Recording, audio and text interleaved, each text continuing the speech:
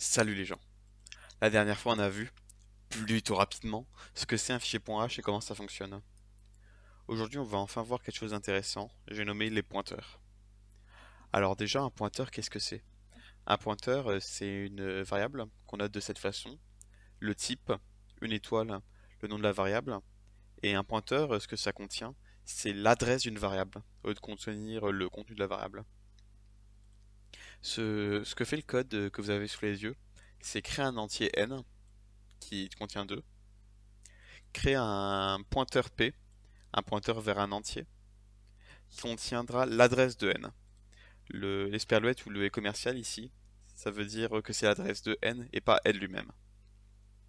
Ainsi, si je print le tout, en utilisant les formats %d pour afficher les entiers, %p pour afficher les pointeurs, j'obtiens le résultat suivant.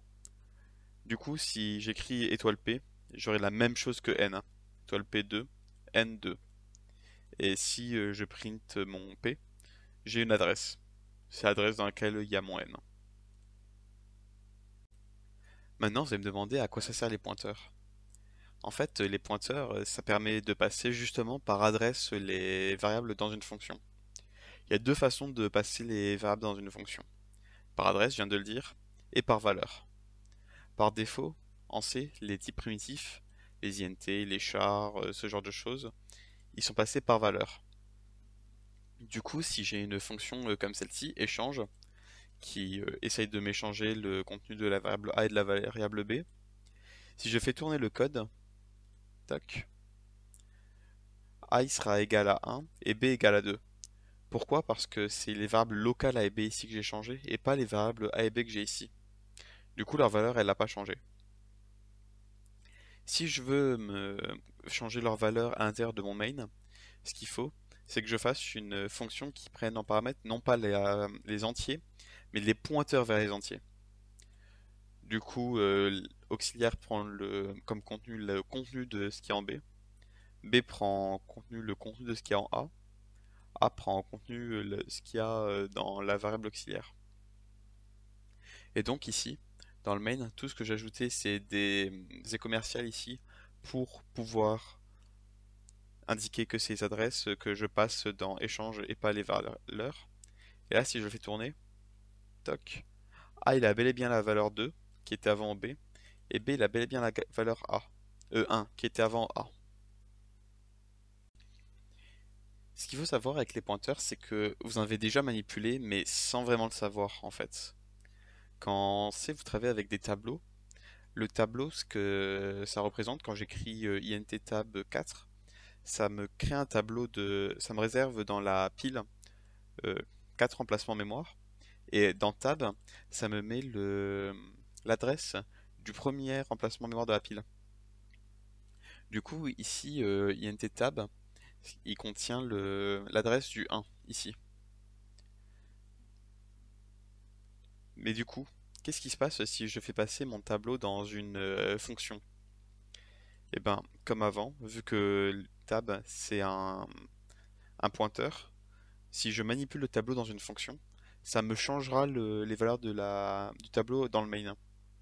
Du coup, ici, j'ai toujours ma fonction échange, qui cette fois-ci prend en plus deux indices de tableau, pour pouvoir les échanger.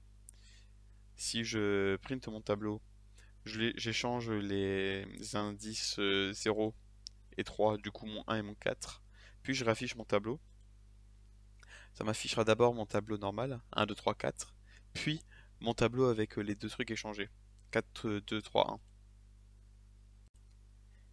Il y a quelque chose qui est assez important à savoir avec les pointeurs, c'est où est-ce que les variables sont stockées. Je l'ai dit avant dans le 3.c, je crois, que mon tableau était stocké dans la pile. Mais du coup, qu'est-ce qui se passe si je fais fonctionner cette fonction?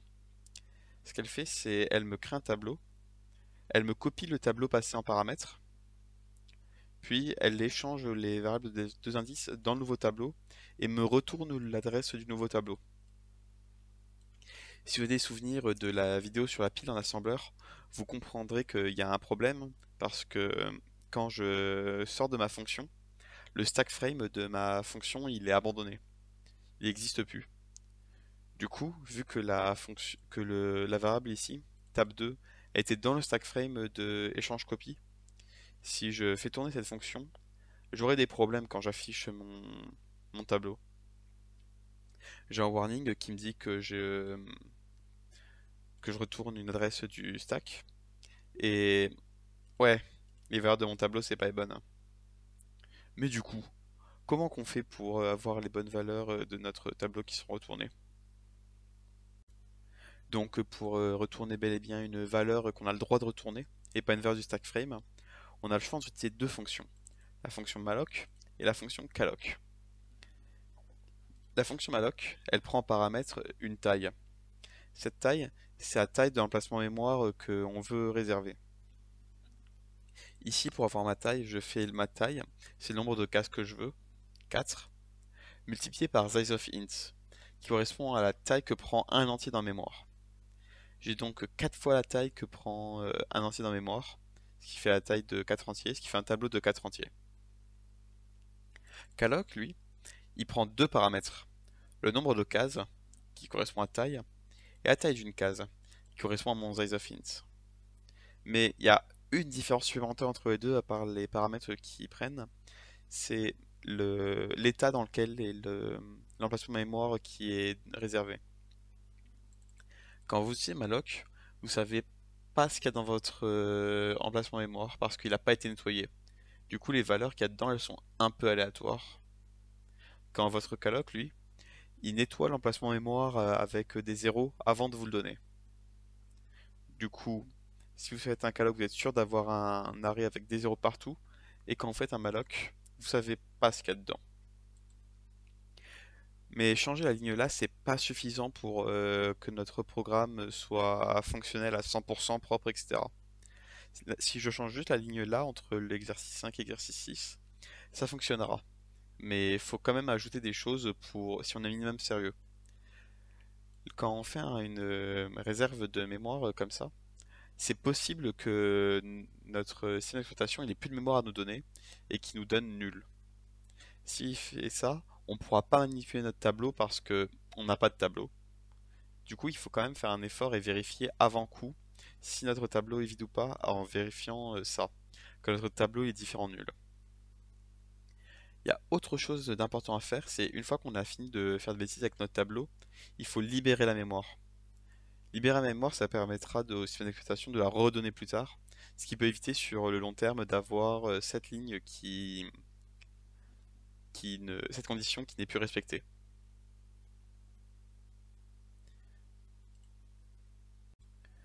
Donc, maintenant qu'on sait à peu près ce que c'est un pointeur, qu'on sait à peu près comment l'utiliser, qu'on sait qu'on n'a pas le droit de retourner des pointeurs qui viennent d'une fonction, sauf s'ils ont été créés avec malloc ou calloc, on va voir des trucs un peu rigolos qu'on peut faire avec des pointeurs de tableau. Donc ici j'ai un tableau, tab, de taille D, qui contient ces valeurs, et il y a plusieurs façons d'afficher, de récupérer ces valeurs. La première méthode, c'est la méthode que vous connaissez tous, c'est le tableau et entre crochets l'index. C'est comme ça en Python, c'est comme ça en Java, et ça peut aussi être comme ça en C. Le compilateur, quand il voit ça, ce qu'il fait, c'est la somme entre l'adresse de tab et l'index, et il prend le contenu de la valeur à cette adresse. Maintenant qu'on sait ça, on sait qu'on peut écrire d'une deuxième façon notre expression pour récupérer l'adresse de notre tableau, la valeur de notre tableau. Et c'est de cette façon. Le contenu du tableau plus de l'index. Et comme l'addition c'est commutatif, on a aussi le droit d'écrire index entre crochets notre tableau. Il y a donc trois façons pour récupérer la valeur de notre tableau. Maintenant, on va commencer à rigoler parce qu'on va parler des tableaux à deux dimensions. La première méthode pour faire un tableau de dimension, celle qui fait pas peur du tout, c'est la méthode explicite. Notre tableau, première taille, deuxième taille, et explicitement on écrit notre tableau. Et normalement pour ça il n'y a pas de problème. Mais si on veut retourner le pointeur de notre tableau, on n'a pas le droit d'écrire ça parce qu'il faut un emplacement mémoire. Et pour avoir notre emplacement mémoire, il nous faut faire un malloc. Qu'est-ce qu'on met comme malloc? Déjà, avant de regarder le malloc, on va regarder ce qu'il y a devant notre C. int étoile étoile. C'est un pointeur vers un tableau à 2 dimensions. On va aussi cast notre malloc en int étoile étoile. Et à l'intérieur de notre malloc, ce qu'on va faire, c'est qu'on va mettre la première taille de notre tableau, c'est le d qu'il y a ici, fois la taille d'un pointeur. Après avoir fait ça, dans notre C, on a un tableau de pointeurs, mais les pointeurs ils mènent nulle part. Du coup, on va chercher à compléter les valeurs de ces pointeurs. Pour ça, on va faire une boucle sur D. C'est toujours le premier D de notre tableau, pas le deuxième, le premier. Et pour chaque case qu'on a dans notre tableau, on va créer un tableau d'entier. Ça, c'est le tableau qu'on a créé avant avec notre malloc dans les parties précédentes. Du coup, on a un tableau de pointeurs qui contient des tableaux d'entiers. Et ici, je fais une boucle pour mettre la valeur de A dans C. Ensuite, il y a une troisième méthode qui fait encore plus peur. C'est la méthode avec les arithmétiques de pointeurs. Et pour vous expliquer ces fonctions de l'enfer, je vais plutôt vous faire un dessin. Ça sera plus simple à comprendre. Donc, la première formule qu'on va voir, je pense que elle posera pas de problème à personne. Elle est assez simple à comprendre. C'est juste b égale malloc d fois size of int. Alors pourquoi est-ce qu'on fait ça? En fait, dans un tableau à 2 dimensions, on a juste la première taille fois la deuxième taille élément. Ici, comme la longueur et la largeur de notre tableau c'est la même, d et d, c'est juste d fois size of int. Ensuite, juste en dessous, on a la formule qui permet de récupérer l'élément i, j du tableau. Comme ça, la formule, elle fait super peur, mais en vrai, si on a le schéma en dessous, ça va. La première chose qu'on a dans la formule, c'est la constante b. C'est le même b que celui qu'on a ici, celui qu'on a malloc. C'est l'adresse du premier élément de notre tableau, ici. Du coup, le b là, c'est le b là. Ça nous permet de nous retrouver dans notre mémoire et ça fait un point de départ de notre tableau. Ensuite, la deuxième chose, c'est notre indice i. En gros, notre tableau, il a plusieurs cases de taille D. Et pour retrouver l'indice I, il correspond à une de ces cases. On va appeler ces cases les cases DI. Du coup, on a D0, D1, D2, D3. À partir de I fois D, on peut se décaler d'un D à l'autre.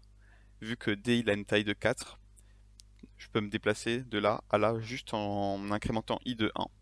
Et de la droite vers la gauche, en décrémentant I de 1.